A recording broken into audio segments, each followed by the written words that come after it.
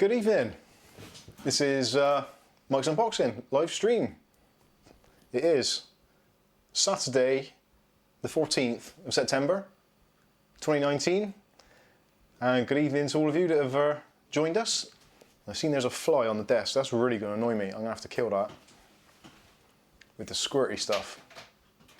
Damn you flies. Calf's going to get it. Oh, damn. Right. So, tonight's stream, this is all about me becoming a Apple fanboy once again.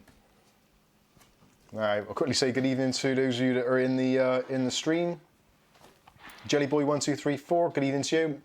Mario Giorgio, hi to you. Welsh Tony's unboxing reviews and guides. Bah. Yes, I've become a sheep. British Noob, evening to you. Okay, so let's get on with it. So as you can see on the desk, well, you can probably see there's a big Apple logo, which some of you may recognise. Some of you may despise it, some of you may love it. However you feel about Apple, Android, all those kinds of things, put all those things to one side just for a few minutes while we do this live stream. Now actually, I will be completely upfront. I've had a real bad cold last few days and I've been struggling. I've had about 3 hours sleep each night. I'm dosing myself up on the fruit. Oh, another apple, ironic. I've got my inhaler. Hopefully that'll keep me going for a little while longer. And Kath's made me some honey and lemon, so I'm gonna do my best to try and get through this. I've got a temperature of about 1,000,000 degrees. I'm sweating, cold sweats, all that kind of stuff. It's, yeah, typical things. Just noticed someone says, watch the stream in the shower. Okay. Oh, he's about British Noob was going to have a shower. Well, if you've got a mobile device, just luckily, if you've got an iPhone, one of the latest iPhones, oh dear, you have got an IP rating on there, so you actually could probably get away with it. But probably not advisable to take your phone into the shower, so maybe don't do that. Yeah, if I do sound a bit nasally or whatever, then again, I do apologise. Just bear with me. Anyway, so this week, as some of you have probably already seen, or was it last week or this week? I'm really not sure. When was the Apple live event? I think it was today. No, not today, another day. It was it Monday or Sunday? It might have been Sunday evening. It was some weird time. Someone let me know in the comments, when was the Apple live event? But basically, I was watching it and I got to be completely honest. Steve Jobs, God rest his soul, bit of a fan. He could put a spin on anything, whether it's good, bad, indifferent. He had a way with words and a way with marketing that made you think differently about a product. And that's probably why he actually went back to Apple when he did and basically turned it into the highest earning or highest value company on the planet. Well, at that time anyway. Anyway, I'm digressing. So I watched the keynote with Tim Cook and I was actually moderately impressed with the new iPhone. And I've been using Android for the last probably, 4 or 5 years, is it, Kath? Must be at least 4 or 5 years, possibly even longer. So recently I've been using, one of these. This is the Nokia 6.1. As you can see, the screen is a little bit worse for wear. Someone else actually has bought that phone off me, but then killed it. So that one had to be laid to rest. After that, I had the Nokia 8, which some of you have probably seen in videos. And then up until very recently, a couple of days ago in fact, I've been using this. This is the Xiaomi Mi A2, which actually, for the money and for the features, this was my daily driver for quite a long time. Well, for me, quite a long time anyway, a good few months. And I actually really enjoyed using it. It's very convenient, very cost effective, all the features. But very recently, there's been a few technical issues here at the Mike's Unboxing household. And as some of you know, or some of you don't like, I do a lot of Bluetooth headphone reviews. Now, I've been getting some in and I've been testing them, and people have been sending to me and saying, oh, these are really good, they're improved, they've got better sound quality, better bass, they're louder, all that kind of stuff. And I would set them up with my Xiaomi and honestly, underwhelmed. And I'm thinking, I can't review this. These are junk. So, being that Kath's got an iPhone 7, and I've got an old iPhone 5S, which is in the kitchen somewhere, just on loop, playing Mike's unboxing videos, I thought I'd try it. I'd pair it with the Apple devices, especially seeing as some of these new AirPods have got things like the H1 pop-up, or the whatever the pop-up thing is, you know, when you open the box for the AirPods and it pops up on the screen telling you the charge levels, all that kind of stuff. So I thought, well, it only seems obvious that I should use it with an Apple phone just to see all the features.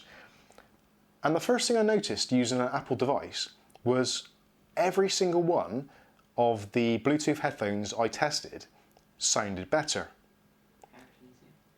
They paired easier, and generally they worked first time, which unlike some of my Android devices. Now, to put this in perspective, these Android devices are using the latest Android, so Android 9. I've tried it with 8. I've got older devices like my old Motorola G4, which is running an older version. I think that's on 7 still. So I've tried these devices with Android 7, Android 8, Android 9, obviously not 10 because it's not out yet. And each one of them has had minor issues, dropouts, poor sound quality, whatever it may be. Now, maybe it's because I'm on the budget end of the market with these Android phones, and to be fair, that possibly is the case. But I never wanted to pay Samsung, or for that matter Google, for their flagship devices, because essentially this channel has always been about trying to do the best you can on a budget, which is kind of what I've made my niche almost. Budget gaming, budget PCs, budget phones, all that kind of stuff. But anyway, long story short, well, no, it's probably not short, is it?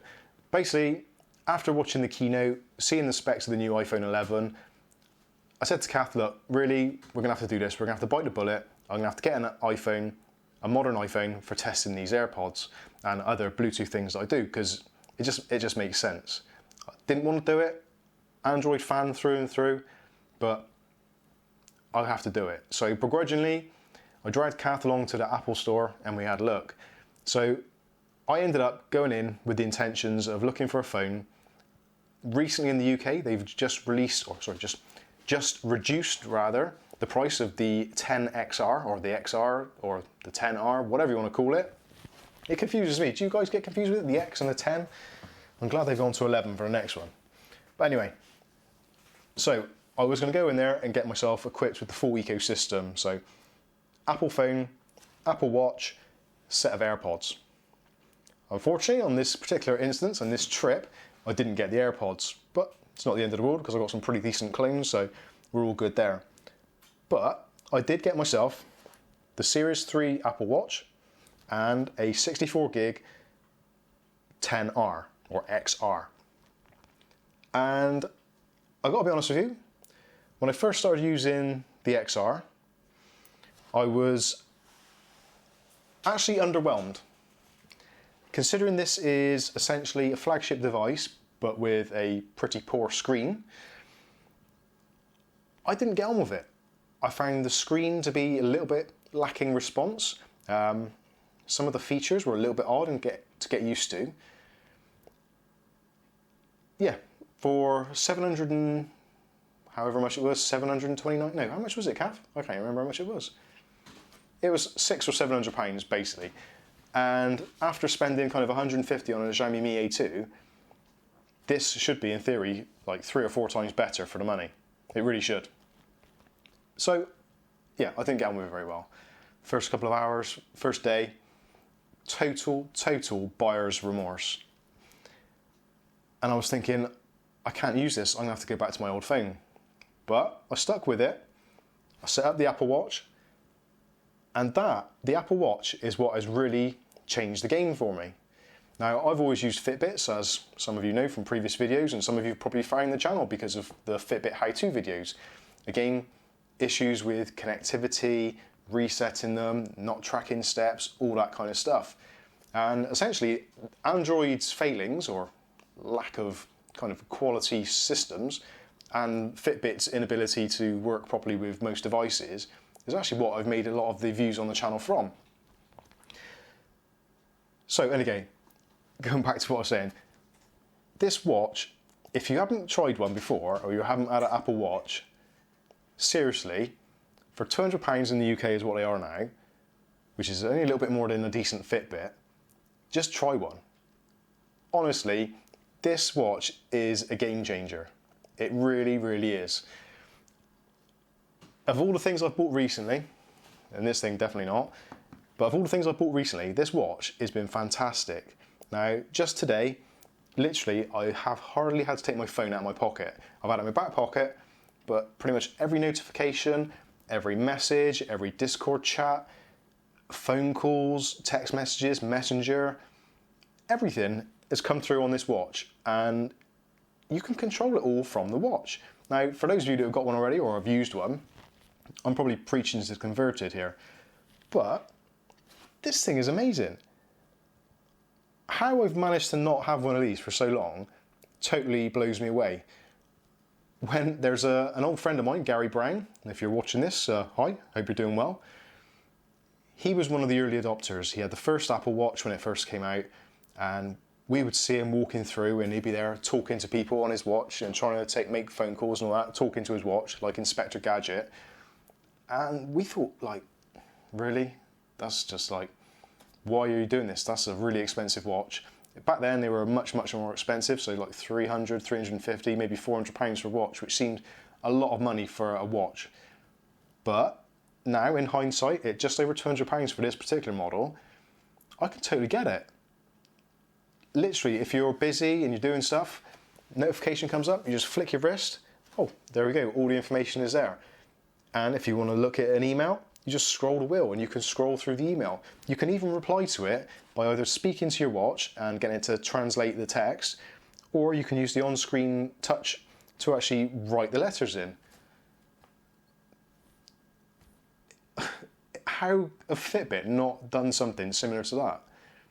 It is incredible. For the small increase in money, this thing has got a ridiculous amount of features.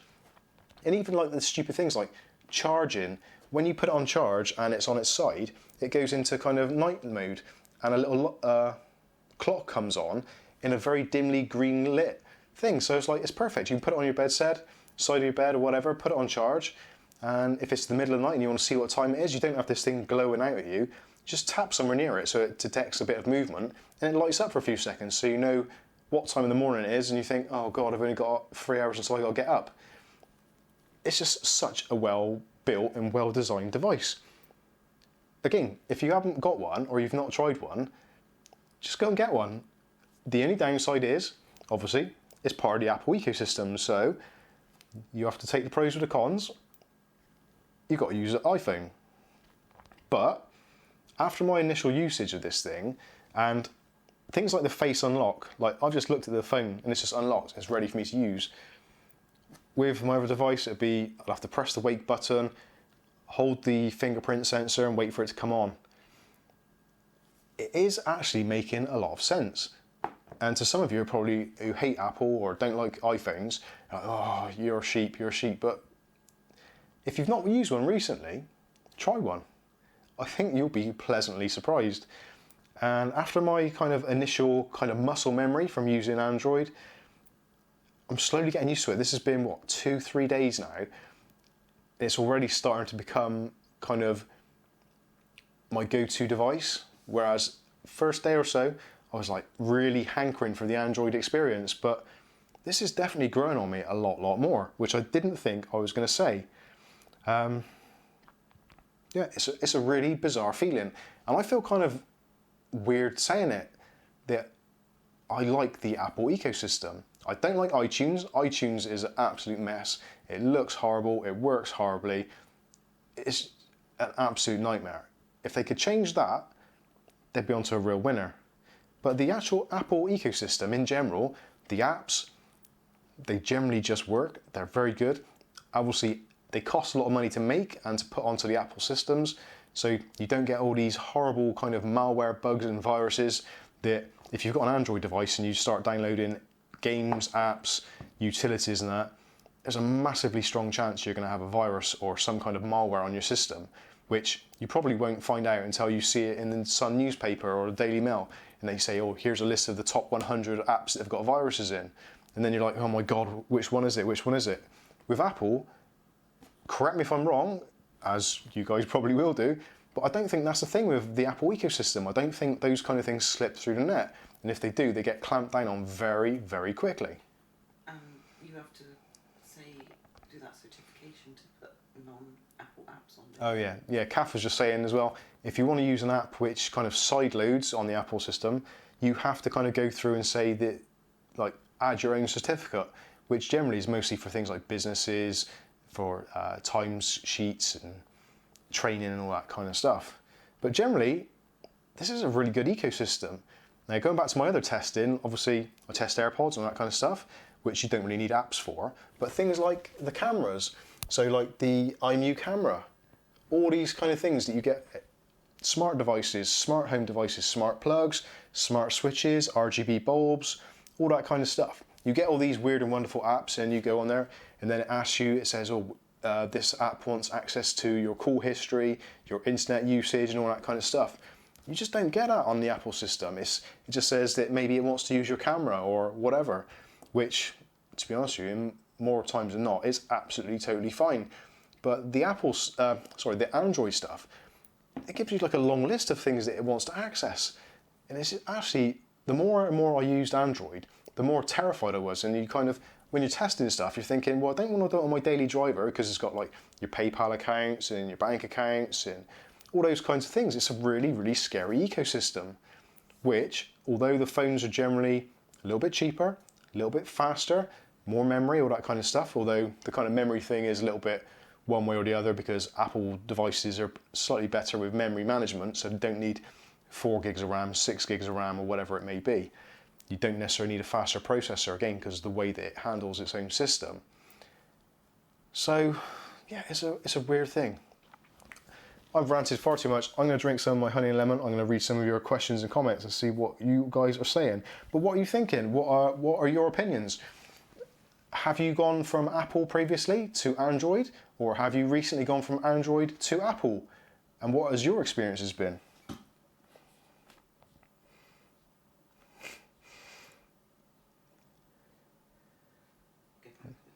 Kath saying I've got to go right to the top, so X is 10. Oh my God, there's lots of things in here that people are saying.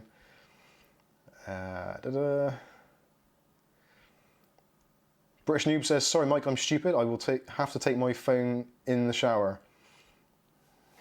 Never mind. Tony says the IP ratings are for submerging devices, not jetting water directly onto it. That's true, that's true. The Apple event was Tuesday, apparently. Tony says he will stick to his Samsungs.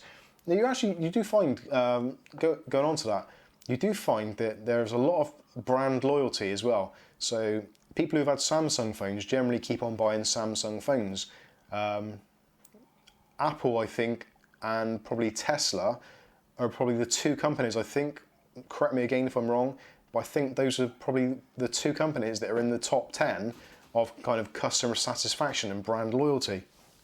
I'm not sure why Tesla, but I've never driven one, but maybe there's a good reason for it.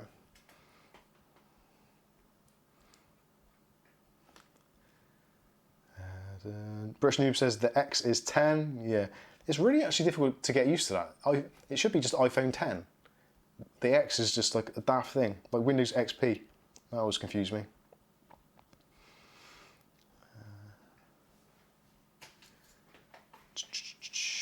Other questions? Sorry, talk amongst yourselves for a little bit.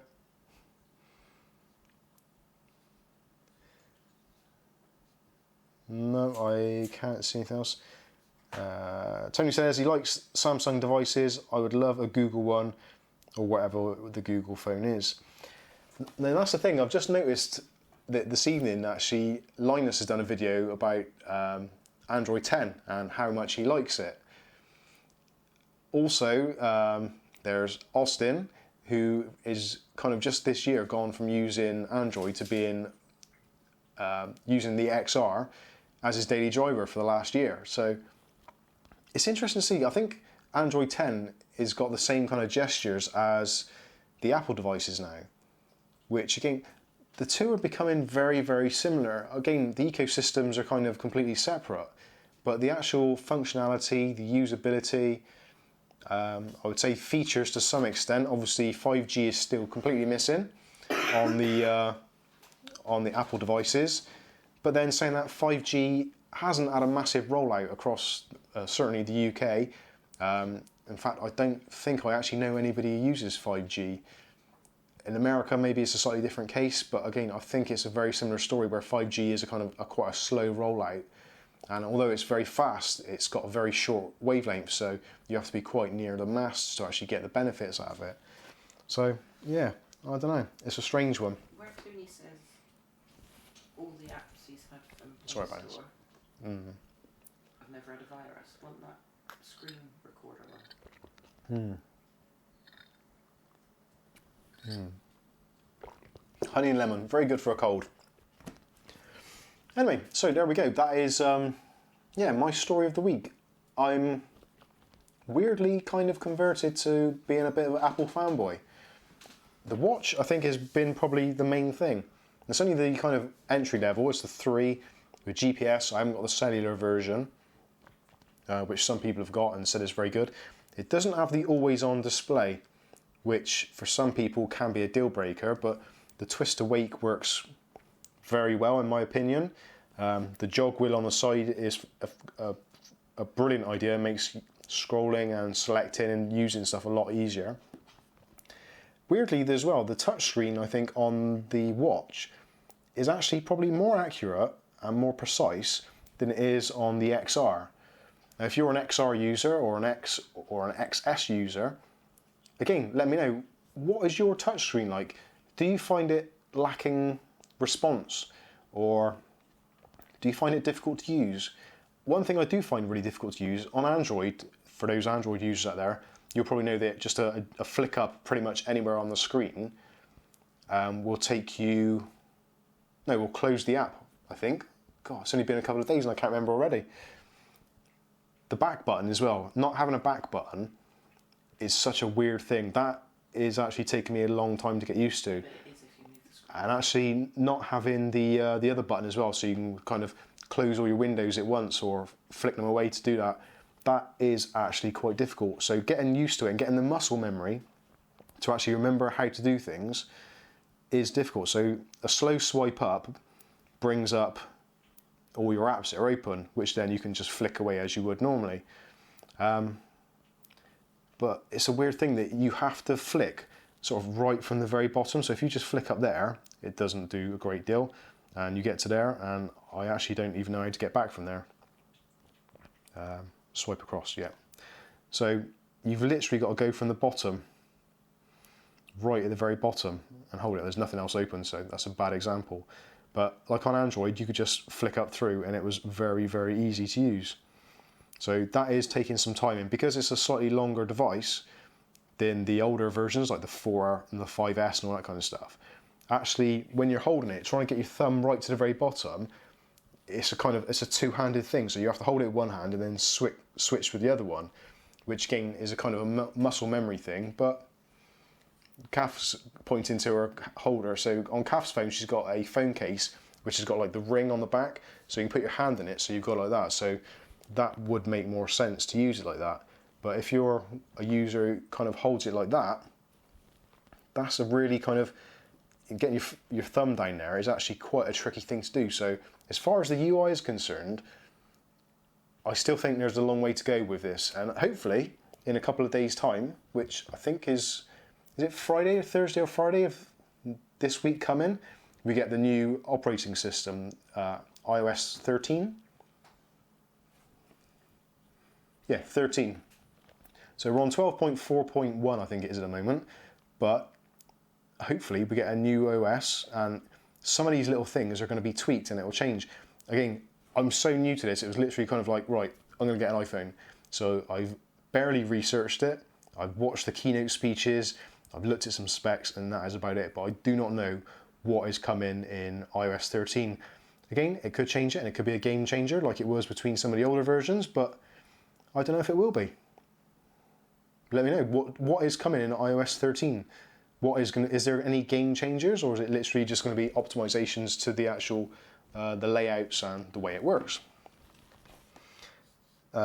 See what we got coming. So British Noob says dark mode is coming to iOS 13, so that's going to be a system-wide dark mode from what I can gather. Welsh Tony says Android copy Apple, Apple copy Android. That's how it works. Nothing new, just companies copying other companies, which is actually how it all started out. MS-DOS, the GEM operating system, was then copied and made into Windows, made it into the Mac OS. Then Bill Gates essentially ripped it off and made Windows. It's just been the same as like kind of almost like Intel's TikTok all the way through. So somebody designs something, it's like, oh, that's a great idea. Give it some time and then we'll copy it or put a spin on it and make it a little bit different. Seems to be the way of the world. ClickTech Kev says, are you planning to jailbreak it, Mike? No, definitely not. Did that on R3. I did that on my, i3. yeah, on Kath's iPhone 3. Why did we jailbreak it? I can't even remember. There's something. Locked. Oh, that's right. Yeah, because in the bad old days when you could get an iPhone, you could buy it with a contract.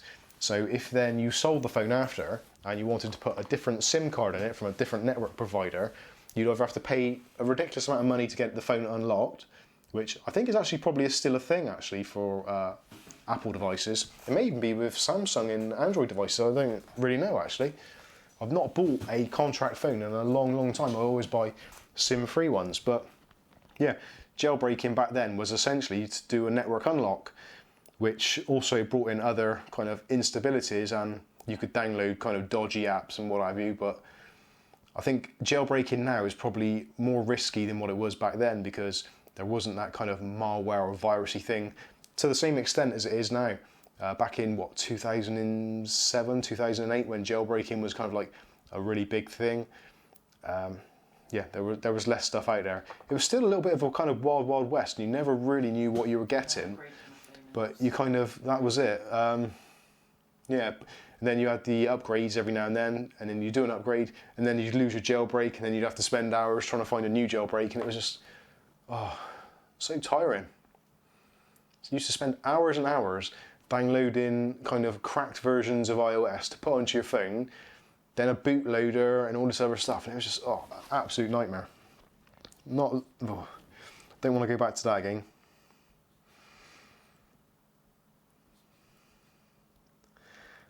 ClickTech says, I jailbroke my old phone years ago to add some features like a torch. Yeah, that was one of the things that and the battery. Apple seemed to be very, very kind of slow at doing these kind of add-in things which make a device easier to use. It does seem very odd. And how charged your battery was another one. Oh, that's right, yeah. There was a jailbreak app to show you how charged your battery was.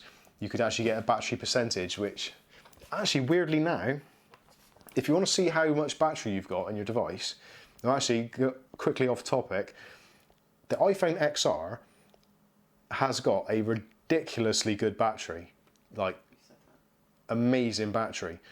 So I've been using this since about 7:30 this morning, and answering questions, YouTube stuff, all that kind of usual deal. Testing some AirPods, I was a little bit earlier, and currently, what are we on now? I've still got 80% battery left. Oh, and apparently I've still got my AirPods connected as well. Never mind. But 80% battery left after a day's usage, so that's what? 7, what time is it now? 10 o'clock, so that's a long time. That's like 17 hours, is it? 15. It's a lot of hours. 15, 16, 17 hours usage with 80% battery left. So this could probably actually last you a weekend easily. Which for most iPhones, I think, which are normally kind of like a day's use if you're lucky. And certainly my Xiaomi Mi A2, after a day's usage, probably getting down to about 50% battery. So this at the moment is actually working out to be, it's actually, I think that's a bigger screen as well.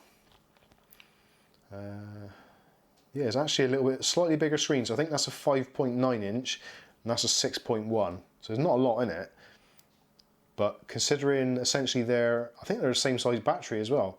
So the optimizations they're making to these devices actually does make it very, very good indeed. And also the screen quality, people go on about, oh, it's not an OLED screen, it's only an LCD or a Retina LCD or whatever it is. But I actually find the screen very pleasant to use and very nice to use.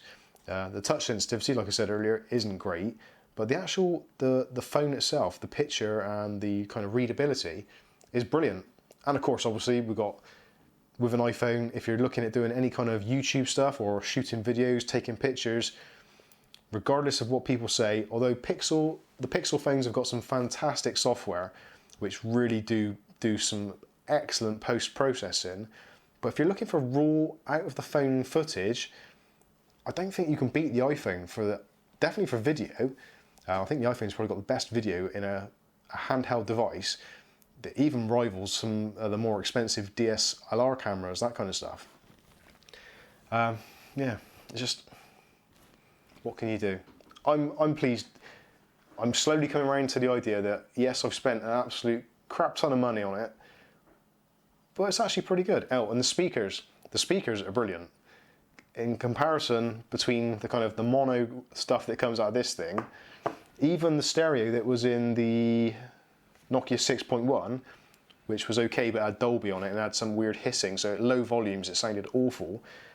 Sounded okay at higher volumes, but on low volume at night time, if you're listening to something, it sounded absolutely awful. It was very hissy. The iPhone, actually, the speakers sound really nice, very rounded sound. The stereo sound is actually brilliant. So if you're using it for a media consumption device, again, I think the iPhone does take it from Android. ClickTech Kev is asking a few questions, so... Oh, can you set different battery profiles to save power easily?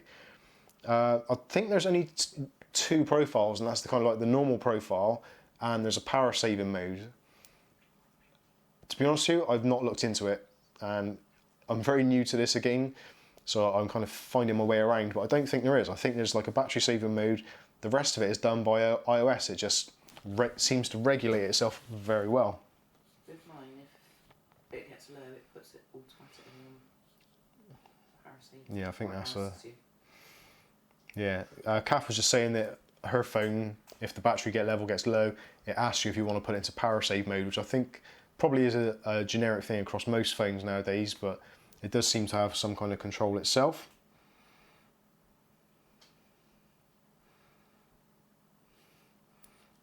Tony's saying about companies copying other companies. He posted 2 photos on Discord. So if you're not a member of our Discord, feel free to go over there and join now. And you'll see a picture of, what's that? Oh yeah.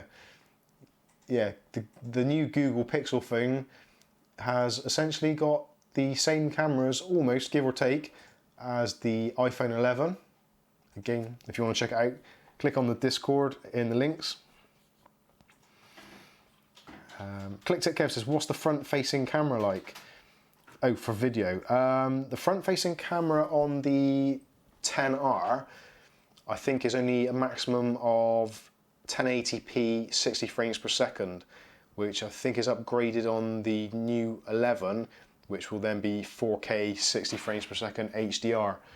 I've not done a great deal on that, but I am actually planning, as part of the kind of upcoming reviews and all that kind of stuff that I'm going to do, I am actually going to try and make an entire video just using the iPhone and to see what the quality is like, also ease of use, all that kind of stuff. We are going to be doing in the channel very soon that we're going to be doing some more stuff for YouTubers, so anyone who's thinking of starting a YouTube channel or wants a little bit of help or advice or whatever, I'm going to go through some options of how to get your footage, how to edit your footage, microphones, lighting, all that kind of stuff. And God knows I've made a lot of mistakes in the past, but hopefully some of those mistakes that I've made can help you not make the same mistakes yourself.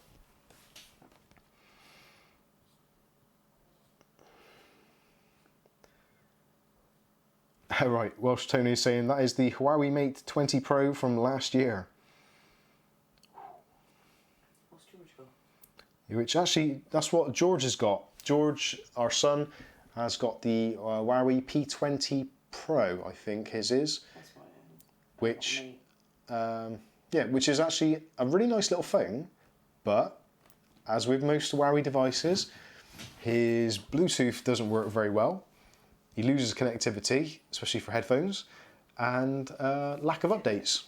And his Fitbit never syncs. So that sums up essentially where Android is in terms of compatibility. Again, that is why I'm kind of becoming a fanboy.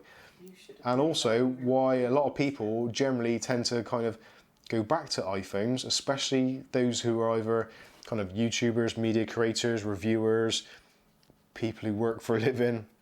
Because with an iPhone, I hate saying this, I really do hate saying this, it pains me.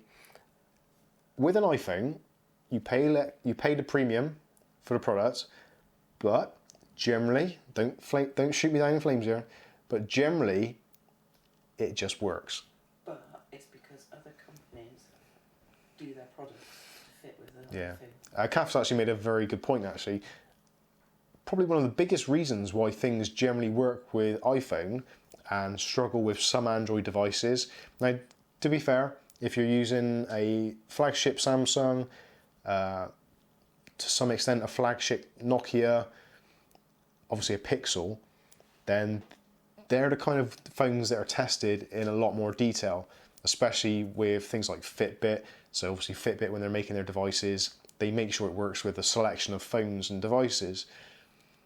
With an iPhone, there's maybe 5 or 6 kind of current devices and a few legacy ones which they've probably tested previously, so they know how they work quite well. So if you're buying something, smart device, tracker, whatever it may be, I would say there's almost a 99% chance that when you buy it, if you've got an iPhone, it's just going to work.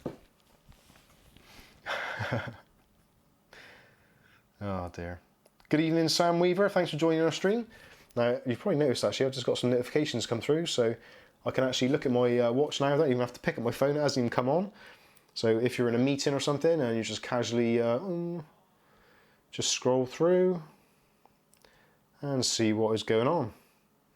So I can see now I've got my Instagram feed has come through, my Twitter feed is on here, my Outlook is connected, so I've got my emails, the YouTube studio, and Sam Weaver actually has just commented in the YouTube studio and is now in the stream. Let's see what Sam was saying. Always wanted to buy a gaming laptop this May of... Oh, I can't read the rest without clicking into it. Thwarted straight away. But anyway, you get the general idea. So with this, you can see what your messages are, and you can have a look and see if there's something you need to actually really quickly get hold of. But Sam, unfortunately, I can't answer your question at the moment because kind of in a stream right now. But I will get back to you later, or can you ask the question now?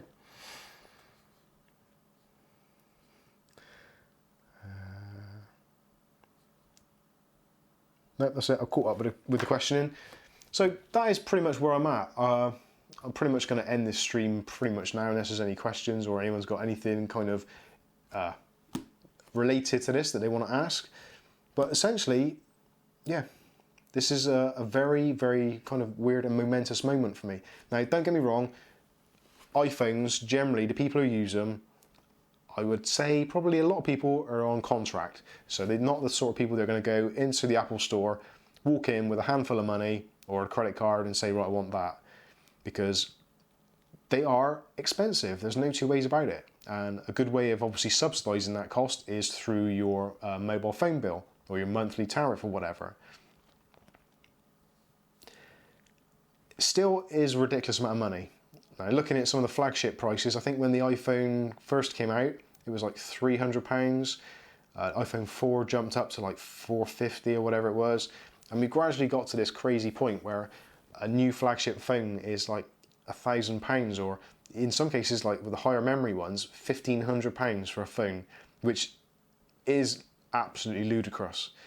But again, if you're having kind of 3/4 of that price subsidised in your phone rental bill or whatever, then yeah, justifiable. For me, this is actually a tool as well, because obviously I've got this channel, so I pay my taxes like everyone, and things like this can be deducted against your tax, because essentially it's a tool of the trade. I'm using it to test stuff, so a lot of the cost of this is offset by my tax bill. But if I didn't have that kind of option, I would I would almost 100% say that I probably wouldn't, but I would almost 100% say no. I would be unlikely to go and buy an iPhone. If they were £300, £400 again, like they were, more likely. But the prices they're at the moment, same for Samsung, Pixel phones, it's just mad pricing, and we seem to be kind of suckered into it. And obviously, people like YouTubers and what have you keep on putting out this content saying, oh, this is the latest and greatest, and yeah, you need this in your life. Truthfully, you don't. Unless you want the latest and greatest, or you're fed up with not getting security updates, then certainly go and buy yourself a really expensive brand new flagship phone. But again, if you don't need it for work, you don't need it for testing, you don't need it to be super reliable, you don't need it to sync with your tracker, buy any device you want. But if you want it to work straight away and get mostly security updates when they come out, iPhone looks like the way to go.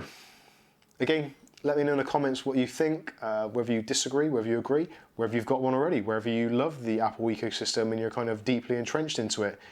Maybe you're so far entrenched but you'd like to get out of it, but because your workflow or whatever dictates that you need to use iOS apps for maybe work or whatever. Again, let me know what's going on, because I'm actually massively entrenched in the Google ecosystem, obviously because of Gmail, the YouTube account, Google Photos. Obviously it all works with iPhone, but it's not that seamless integration, which is actually, for me, one of the biggest kind of turn-offs apart from the price. But anyway, there you go. That's my opinion. Manver123 says, Apple is trash. That is a bold statement, my friend. Be honest with you, it's, yeah, I'm totally in agreement, actually. Apple is trash for a lot of reasons, but again, like I've said in the video and the things I've already pointed out, if you want something to just work, and generally work pretty well, Apple is pretty much a no-brainer these days. But thank you for your opinion. Tony says, I'm considering an iPhone X. I will be honest, I'm no Android fanboy, but can't compare a flagship phone with a cheap, unregulated phones. Yeah, actually, that is another big thing. A lot of people are security minded. Obviously, Huawei phones are going to be a big no-no because of all the kind of stuff that's been going on with Trump in China and all that kind of stuff, and all the alleged backdoors and stuff like that going on in the phones, which I don't know if it is true. It could be, it might not be, whatever. But essentially, I think the real choices these days, if you actually want a secure and up-to-date device, is Apple, Nokia, Google Pixel, obviously, Samsung to a slightly lesser extent. I do find some of their updates are a little bit on the slow side, but again, at least you do get them eventually, and you do get quite a long life support on them as well. Yeah, there you go.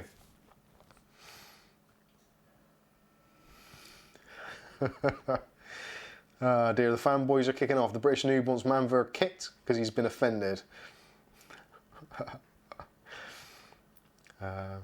Lassie T at the British noob. Sith only deal in absolutes. Yes, that is very true. Very true. That's the thing with this. It's not a black and white thing. It's not Apple is better. It's not Android is better. It depends on what you're doing and what you're using it for. If it works for you, absolutely fine. But as I said earlier in the video, for those of you who have just joined in now, for me, I was having all sorts of troubles with Bluetooth. And actually, I think a lot of people do. Judging by the comments I get on a daily basis with, especially like AirPods and Fitbit. I also do get it with iPhone, especially the older ones, like the 6, the 6S, the 7, 7 Plus. Less so with the 8. That seems to be better. No. But the sound chip in the 6s and 7s, and possibly the 8, was absolute abomination, and it failed very easily. And generally when it was on an update for some reason, and Apple have been really bad at repairing those, so that was one thing that put me off that branch of phones. The X has been out for a while. We've seen very few problems with that, so that is why I've kind of taken the plunge with the XR, because it's had a kind of year to mature. It seems very stable. In the comment section, I get very, very few comments about it or questions, which for me as a buyer or as a consumer, if you're getting a device which is getting loads and loads of problems, like the Huawei's and the older iPhones, that's something I would totally steer clear of. It's good for me personally because I can make videos on how to fix these problems, but I don't really need that in my life. It's a pain in the backside, and I have had it with previous phones, as you know from the early videos. My Motorola G4, that was horrendous when it comes to call problems and Bluetooth problems, an absolute nightmare. The Huawei phones, I think I made 2 or 3 videos on Bluetooth issues with their power saving, where it just basically wouldn't allow you to sync anything because the Bluetooth was so aggressively cutting off the signal that it just didn't have time to pair, which was insane really. But good for them for battery life and for putting out their quoted lifetime, because that was what everyone was going on about. At that time when that phone was released, the P9 Lite, the P10, everyone was into battery life because we're getting bigger screens, brighter screens, higher res, which were drawing the battery. So everyone was like, right, what is the longest lasting battery? So manufacturers were making massive, massive cuts in their software to try and get as much as they possibly could out of the battery, but that made it a terrible user experience. So anyway, yeah, I'm going on again, aren't I? Oh, Sam Weaver's just commented. I just wanted to say the video I commented on was very helpful and gave me the push I needed to buy a gaming laptop. Well, thanks, Sam. That's very kind of you. Now, I'm not sure, I didn't see the notification fully, but I'm pretty sure that's going to be for the Acer Nitro, which actually was a really good little laptop, and I really did enjoy using that. British Noobs made a good comment, actually. I do also like that Android phones use USB-C. That is the higher end ones. And that is something that is sorely missing from the Apple system. Whether or not it's because most decent Apple cables have got a chip in them to tell if they're genuine or fake, which obviously puts money into Apple's pockets. But I think that's one thing which would be really, really nice to see. USB-C across the range, like they have in the MacBook Pros. And also the Apple Watch, one thing I would say that counts against it is the fact that this is a QI device, but it doesn't work with normal QI chargers. It has to use the Apple QI charger. QI is an open standard and it should be fully open, but for some reason, from what I can tell, again, I'm only a couple of days in, but from what I can tell, they've implemented it in such a way that it will not work with normal QI. Again, if I'm wrong, please let me know in the comments section now, or comment on the video if you're watching this on the catch-up. Tony has just fallen off his chair. What? Apple are still using Lightning? That's put me off iPhones. It is very, very... yeah, I'm not a big fan of the Lightning cable. It's kind of nice in some respects because, especially with the AirPods, they all use that connection. So it's kind of nice that you only have to have one cable. But then again, if you're throwing in the Apple Watch into the mix, then you've got another charger because the QI, their special charger. So you've then got a Lightning cable, a QI charger, maybe a secondary Lightning cable for your AirPods or whatever if you want to charge them overnight. It is a bit of a mess. It would be nice to see USB-C across the board, and especially for this. Or for them to have wireless charging which works on the normal QI standard. That would make sense, but obviously they won't because they're dicks. Skystalker is in the house. Good evening to you, Skystalker. We couldn't find his email. Yeah, we thought we saw you send an email earlier to see if you were live tonight and it disappeared. I don't know. I was going to answer, but I couldn't. British Noob says, I think Apple is finding it hard to really make it all round. Oh, right, yeah, yeah, I get what you mean. I think Apple are kind of losing their way a little bit. Because of Steve Jobs' gone. I think Steve Jobs' premature demise was actually, although at the time it didn't seem like it, and they thought Apple would carry on, I think now as time is going on, I don't think there's that same vision. And with them losing Johnny Ive as well, or losing Johnny Ive, again, that's another story for the tinfoil hat people. But I think between them, I think Apple probably in the mid future, not immediately, but in a few years' time, I think they're going to really struggle to innovate or to keep at the top of their game. You think back in 2007 when Steve Jobs did the keynote and showed the first iPhone, that was insane.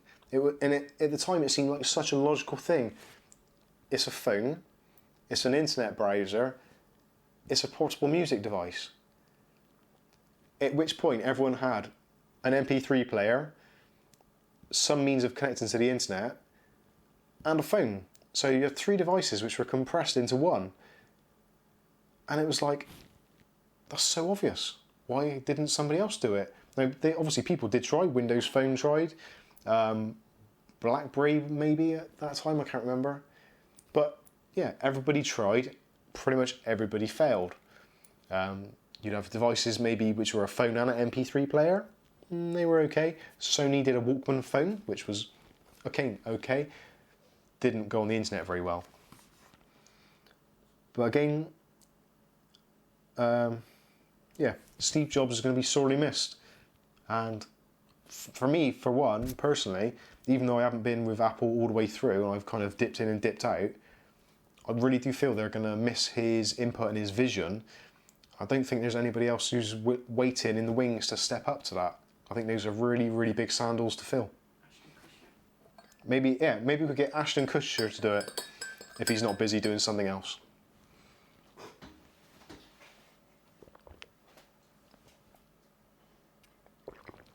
'80s horror fan, good evening to you.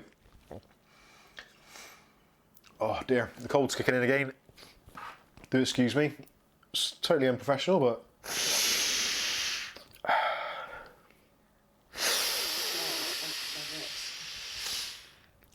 tonight's episode is sponsored by Vicks Inhaler. Oh, now my eyes water. And Apple.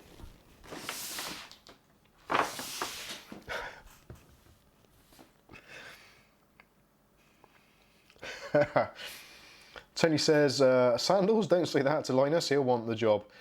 Actually, do you know what? Linus, from Linus Tech Tips and Linus Media Group, he would actually be a real good benefit to someone like Apple because he's got a lot of experience, he knows what works, he knows what doesn't. He knows what people want. He knows what people want as well. And he works for a living in technology, so he would totally get what people expect from a device. So Linus, if you're watching, or if anyone knows Linus, tell him, go for a job at Apple. Stay at Linus Media Group if you want to, but go to Apple and actually make a decent device. Oh, and if you want to hire me, and I'm available, I'm very cheap. Take over for him. Apple. Right, yeah, I think that is pretty much it, guys and girls. Again, I'm struggling with this cold, so I'm not going to stay on all evening. And I've just noticed the cat is actually trying to destroy one of Kath's new sneakers. That's trainers for those of you that are from the UK. Yep, she's definitely going to tear them apart. She's not. Okay, so that's it from me. Coming up this week, we've actually got some good reviews, which, well, I hope they're going to be good reviews. We've got a new case from GameMax, the GameMax View, which actually looks really nice and is a bit of a twist on an existing model, I think. But we'll be having a review of that coming up very soon. I would have done it earlier in the week, but unfortunately got a bit cold, so not been doing it.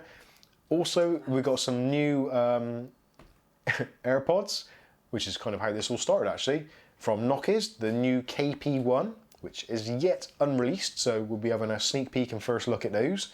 Also, they've sent me a couple of pairs as well, so I am going to be doing a giveaway for the Nokia's KP1, which is the new device, and actually my initial testing, they look pretty darn good. We like them a lot. What else we got? Oh, we've got a new projector as well. I can't remember who they come from. Do you remember who it come from, Kath? Sorry? Do you remember who the projector came from? No? It's alright. Doesn't matter. But basically, we've got this new projector. It's a 1080p. It's upscaled from 720p, but it's tiny. Literally, like if I put my hand out like that, it's a square about that big. It's very small, very compact, and best of all, it is very, very cheap. So if you're looking for a projector, definitely worth a look. Tony says, yeah, Mike's Nokia's unboxing is back. Woohoo! We got Creative Labs though. Yeah. Also, Creative Labs, not to be outdone, they've also sent the new Outlier Gold. Now, for those of you that like the Outliers when they came out, they were actually really, really good earphones. They've got the Outlier Gold, which we've got for review. I have had a quick test of those already. They've got this weird new feature called SX-Fi, which you use your phone, you take a picture of each ear, it measures your ear canal and your ear shape and tailors the sound to your own head. It's magic, it's mystical, but you press the XX-Fi or X-Fi button in the app and the music is completely transformed. So even if it is pre-recorded music, you press it and it sounds like the artist and the band are in front of you. It's witchcraft, I tell you, it's ridiculous. I don't know how they do it.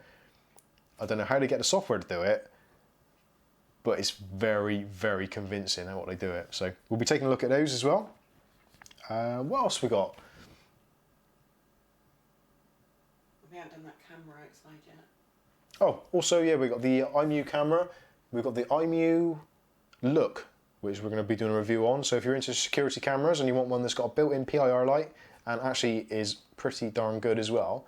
In fact, me and Kath were watching, we've got some foxes that have been coming into the garden. And with that camera, with the PIR light, you can see it all in glorious 1080p. And it is actual 1080p, not this kind of upscaled nonsense, which a lot of these cameras do pretend to have. But anyway, so we'll be doing a full review on that. What else is there, Kath? There's loads of other stuff. I've got a box over there full of stuff, which, another set of AirPods, the T88s, which if you've not seen them before, these are like a real cheap take on Bluetooth earbuds, but they actually sound really good and they're really cheap. Sky Stalker is asking, did you talk about your transition to the Apple ecosystem? Yeah, in quite a lot of depth.